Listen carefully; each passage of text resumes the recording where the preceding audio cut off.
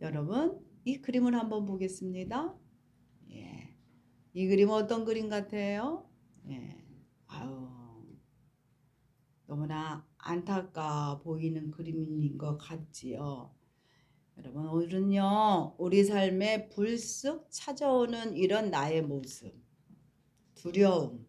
두려움에 대하여 우리 함께 말씀 나눌 텐데, 그 두려움을 이기게 하는 진정한 내 편에 대하여 우리가 오늘 함께 나누려고 합니다.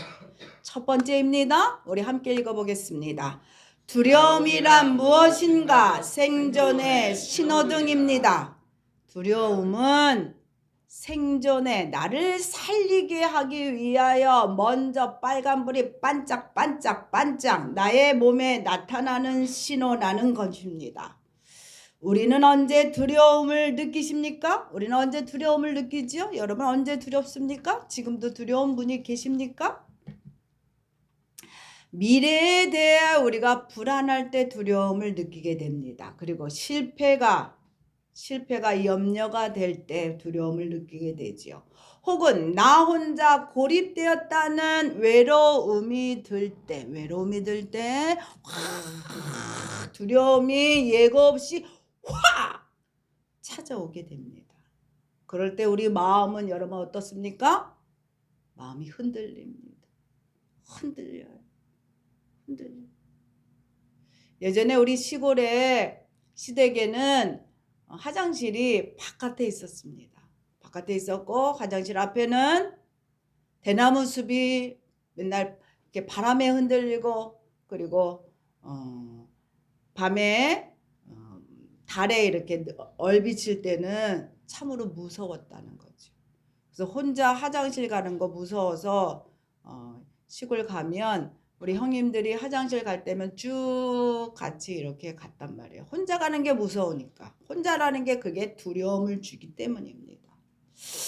생물학적으로 두려움은요, 위험을 감지했을 때 안전한 곳으로 피하라고 고함을 지르는 우리의 원초적인 신체에서 나타나는 방어 신호라고 합니다. 만약 인간에게 두려운 감이 없다면 그냥 막 물에도 불에도 그냥 뛰어들 거라는 거지요. 우리가 두려움이라는 감지가 없으면. 그래서 두려움이라는 것은 좋은 점도 있다는 겁니다. 하지만 진짜 문제는 뭐냐 하면 현대 사람들이요, 단순히 신체적 위험을 넘어서 이 두려움이라는 것이 심리적 영역까지 확장돼서 우리를 힘들게 한다는 거예요. 인간은요, 상황을 예측하고 통제하고 싶어 합니다. 내가 이거 한 것이 어떻게 나올까를 우리가 알고 그것을 하기를 원한다는 거지요, 인간은. 근데 내 뜻대로 되지 않을 때 이것을 집어넣었으면 저기서 나와야 되는데 안 나와. 그랬을 때 깊은 두려움에 우리가 빠지게 됩니다. 여기에 인간 특유의 상상력이 더해져서 아직 일어나지도 않는데도 불구하고, 그렇죠? 아직 일어나지도 않는 상황을 우리가 최악의 상황으로서 머릿속으로 그리게 됩니다. 그러므로 스스로 두려움을 눈덩이만큼 커지게 키우게 됩니다. 그래서 두려움의 짐으로 인하여 스스로를, 그 두려움을 참지 못하고 스스로를 죽여, 인간이. 그러지 않으면 자신의 두려움 때문에, 자신의 그 스트레스 때문에 자신 살리려고 남을 죽이는 상처, 고통을 주게 된단 말이에요. 여러분 잘 생각해 보세요. 우리가 그런 일들을, 그런 짓을 우리가 여태까지 하고 살아가고 있습니다. 결국 인간이 느끼는 가장 근본적인 두려움의 본질은 나를 지켜줄이 없을 때, 세상에 나 홀로 던져진 것 같은 그런 홀로 외로움, 그럴 때 극심한 고독감이 오게 되고, 그럴 때 두려움이 확 밀려오게 됩니다. 두 번째입니다. 우리 함께 읽어보겠습니다. 그럼 두려울 때 여러분은 내 편이 있습니까? 두려울 때, 두려움이 엄습해올 때 여러분은 어디를 바라봅니까? 여러분 어디를 보세요? 스트레스가 엄청난 스트레스가 올 때 여러분 어떤 것을 바라봅니까? 바라볼 곳이 있습니까? 기댈 곳이 있어요? 두려울 때? 여러분에게는? 이 땅에 뭐니 해도 무조건적으로 내 편을 꼽으라 하면 당연히 어머니일 겁니다. 세상 모두가 나를 속이고 위협할지라도 어머니만큼은 내 편이 되어주기 때문입니다. 그런데 안타깝게도 인간적인 어머니는 항상 내 편이 될 수가 없어요. 완벽하지 않기 때문에 자녀를 감당하지 못할 때는 어머니도 자기 살아야 되니까 자녀를 이렇게 콱 놓고 떠나가게 됩니다. 사방의 적들이 에워싸여 내 능력으로 이 상황을 해결할 수 없을 때 두려움은 여러분 그렇기 때문에 극대화되어 나를 누리게 됩니다. 이때 여러분 두려움을 이기는 방법은 내 안에서 일어날 수 없어요. 내가 더 힘을 길러야지. 내가 더 능력을 발휘해야지. 그때 두려운데 어떻게 내 능력을 발휘할 수 있고 더 힘을 기를 수 있겠어요? 그때는 나보다도 강하고 완전하고 영원한 자, 힘센 자 옆에 붙어야 됩니다. 예, 어린아이가 어머니 피막 속에 쏙 들어가면 안 무섭잖아요. 마찬가지인 거예요. 우리도 그럴 때는 나보다 힘센 자, 나를 도와줄 자, 그 자한테 내가 옆에 붙어야만 된다는 겁니다. 그럴 때 우리 마음의 두려움은 떠나가게 된다는 거예요. 여러분 보겠습니다. 시편 118편 6절 7절 읽겠습니다. 여호와는 내 편이시라. 내가 두려워하지 아니하리니 사람이 내게 어찌할까. 여호와께서 내 편이 되사 나를 돕는 자들 중에 계시니 그러므로 나를 미워하는 자들에게 보응할 것을 내가 보리로다. 두려움은 내 삶이 위협받고 있다는 마음에 빨간 등이 반짝반짝 켜져 있다는 거지요. 그럴 때 여러분 두려움이라는 빨간 등이 켜졌을 때 우리는 어떻게 해야 되느냐? 헛된 것으로 도망갈 것이 아니라 나를 완전히 보호해 줄 수 있는 것, 나를 완전히 품어줄 수 있는 것, 나를 온전히 숨겨줄 수 있는 것, 참된 피난처로 도망가셔야 돼요. 참된 피난처를 찾아야만 됩니다. 갑자기 태풍이 막 불고 있어. 지금 바깥에 태풍이 막 불고 있어요. 그럴 때 빨리 집에 가야지. 태풍과 맞서서 가시면 안 된다는 겁니다. 태풍을 피할 수 있는 것은요 뭐냐 하면 완전한 피난처를 찾아서 숨어야 되는 거예요. 그것이 여러분 지혜로운 겁니다.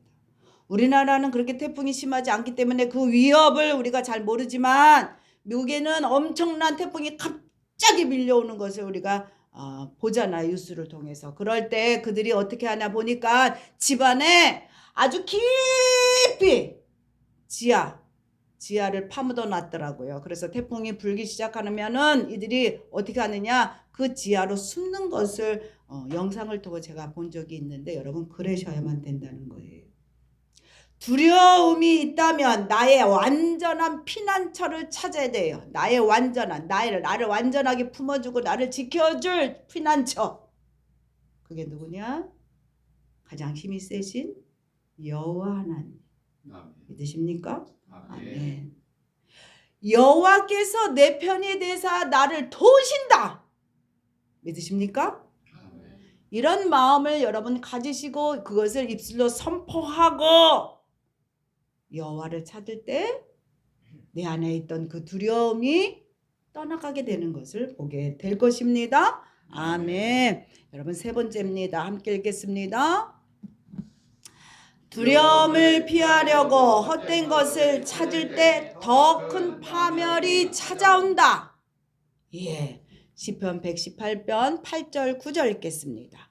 여호와께 피하는 것이 사람을 신뢰하는 것보다 나으며 여호와께 피하는 것이 고관들을 신뢰하는 것보다 낫도다. 우리는 당장요 종종 두려움이 막 오기 시작하면 다급하게 막 뭔가를 찾게 됩니다. 그 찾는 것들이 대부분 헛것들을 찾게 된다는 거예요. 오늘 말씀처럼 사람을 신뢰하게 된다는 거예요. 사람의 위로를 우리가 받으려고 애쓰지요. 돈을 어떻게 구하려고 애쓰지요. 권력을 어떻게 이용해 보려고 우리가 애를 씁니다. 그것도 안 되면 그것을 피하고 싶으니까 술퍼 마십니다. 잊어버리고 싶어서, 도망가고 싶어서. 아니면 더 못된 사람들은 마약에 기대게 되지요. 그리고 또 요즘은요 젊은이들마저 답답한 마음에 누구를 찾아가느냐? 무당을 찾습니다. 무당. 용한 점괘를 보러 갑니다. 성경에 보면요 이런 인간의 다급함을 이용하는 헛된 우상의 모습이 잘 나타나 있습니다. 바울 선지자는요 뭐라고 얘기하고 있느냐면 여러분 바알 선지자들은요 대답 없는 신을 깨우기 위해서 바알 선지자 이방 신들을 섬기는 자들이죠. 그 자기가 믿고 있는 이 바알을 깨우기 위하여 그들이 뭘 했냐? 그의 몸을 자해해서 피를 줄줄줄 흘렸습니다. 뭔가를 들으려고 뭔가를 해결하려고. 그리고 모압 왕은 어떻게 했느냐? 전쟁에서 지고 있자 자기 맏아들을 번제로 바치는 끔찍한 짓을 저질렀습니다. 그런 것을 본 엘리야 선지자가 뭐라고 얘기하고 있느냐? 열왕기상 18장 27절 읽겠습니다. 정오에 이르러는 엘리야가 그들을 조롱하여 이르되 큰 소리를 부르라. 그는 신인즉 묵상하고 있는지 혹은 그가 잠깐 나갔는지 혹은 그가 길을 행하는지 혹은 그가 잠이 들어서 깨어야 할 것인지 하매 엘리야 선지자가 뭐라고 얘기하냐면 더 크게 불러봐. 니네 신들이 잠들어 있는 것 같아. 혹시 몰라 화장실 간 것 같아. 더 크게 불러봐. 더 크게 불러봐. 그렇게 엘리야 선지자가 이방 신들을 섬기는 자들을 그렇게 조롱하며 그렇게 말했다는 겁니다. 여러분 기억하십시오. 세상에는 공짜가 없습니다. 세상에는 공짜가 없어요. 세상에는요 다급한 자들의 심리를 이용해서 이익을 취하라는 자들 뿐입니다. 급전을 꾸어주고 원금보다 더 많은 이자를 갚도록 그렇게 착복하는 고리 대금업자들이라는 거예요. 그렇죠 여러분? 예. 그것처럼 무당과 악한 영들은요. 여러분 한번 다시 우리 같이 읽어볼까요? 무당과 악한 영들도 인간의 두려움을 먹고 살아갑니다. 여러분 이게 너무 중요한 거야. 무당과 악한 영들, 이방 신들. 인간의 두려움을 알기 때문에 그거를 이용하여 먹고 살아간다는 겁니다. 실제 예수 믿기 전에 무당이었던 자가 여러분 간증하는 것을 제가 들었습니다. 그가 뭐라고 얘기하느냐? 무당들이 점괘를 맞추는 것처럼 보이는 이유는 그들이 대단한 신발이 있어서라는 것이 아니라 누구에게나 해당되는 두리뭉실한 말로 그들이 현혹한다는 겁니다. 보고서네 그들을 보고 눈칫밥으로 그리고 찾아온 자들의 그 다급함을 이용하여 심리를 이용하는 것뿐이라는 겁니다. 그래서 그 무당이 하는 말은 내 이야기도 되지만 저 사람 이야기도 되고 이 사람 이야기도 된다는 겁니다. 그렇기 때문에 거기에 속지 말라는 거예요. 그리고 그 사람이 부탁합니다. 뭐라고 얘기하냐면 우연이라도 찾지 말라는 거예요. 우연이라도. 우연히 그가 말하는 게 겹칠 뿐이라는 거예요. 한두 마디 이렇게 얘기하다가 마음에 쿡 들어오면 내기같이 확 들어서 진짜 용하다 그렇게 얘기한다는데 그렇지 않다는 겁니다. 그래서 어떤 무당은요 자기 했던 말을 책임지려고 실질적으로 자기가 그 짓을 해 놓는다는 겁니다. 얼마나 무서워. 그래서 절대로 답답하다고 무당을 함부로 찾아가지 말라는 거예요. 재미로도 타로 점 보고 재미로도 별자리 점 보고 이런 거 하지 말라는 거예요. 가서 발목을 딱 잡히면 그냥 그 사람의 인생이 완전히 내려앉게 된다는 거예요. 여러분 얼마나 무섭습니까? 그렇게 단호하게 그렇게 무당이었던 자가 예수 믿는 다음에 우리에게 충고하고 있습니다. 그렇기 때문에 여러분 기를 살살살살 건드려주는 자들의 유혹을 여러분 끊어내셔야 돼. 알맹이가 없는 헛된 피난처는 지금 당장은 위기를 모면해 줄지도 모르지만 결국 준 것보다 더 많은 것을 빼앗아 갑니다. 그래서 부메랑이 돼서 내게 콱 올 때는 더 큰 두려움으로 나를 콱 엄습해 올 겁니다. 여러분 그렇기 때문에 헛된 것을 찾지 마시기를 부탁드립니다. 아멘. 여러분 네 번째입니다. 함께 읽겠습니다. 사방 에워싸여도 두렵지 않은 이유는 내 편이신 하나님이 계시기 때문이다. 아멘. 그렇다면 우리는 두려움의 자리에서 어디로 가야 될까? 우리는 무엇을 붙잡아야 될까? 여러분 시편 118편 10절에서 14절 읽겠습니다. 문 나라가 나를 에워쌌으니 내가 여호와의 이름으로 그들을 끊으리로다. 그들이 나를 에워쌌으니 내가 여호와의 이름으로 그들을 끊으리로다. 그들이 별들처럼 나를 에워쌌으나 가시덤불에 불같이 다 없어졌나니 내가 여호와의 이름으로 그들을 끊으리로다. 너는 나를 밀쳐 넘쳐들어 하였으나 여호와께서는 나를 도우셨도다.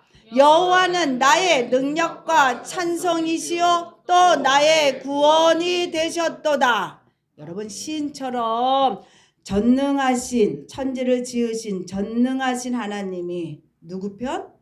내 편이 되어준다는 사실. 여러분 이 사실을 기억하셔야만 합니다. 아멘. 사방의 대적과 거친 파도가 아무리 밀려올지라도 내 편 되시는 하나님이 옆에 계시면 우리는요 끄떡이 없어요. 믿으셔야 합니다. 나를 에워싼 환경보다 내 편이신 하나님이 훨씬 힘이 세다는 사실을 여러분 믿으셔야만 합니다. 아멘. 여호와의 이름의 능력이 있어요.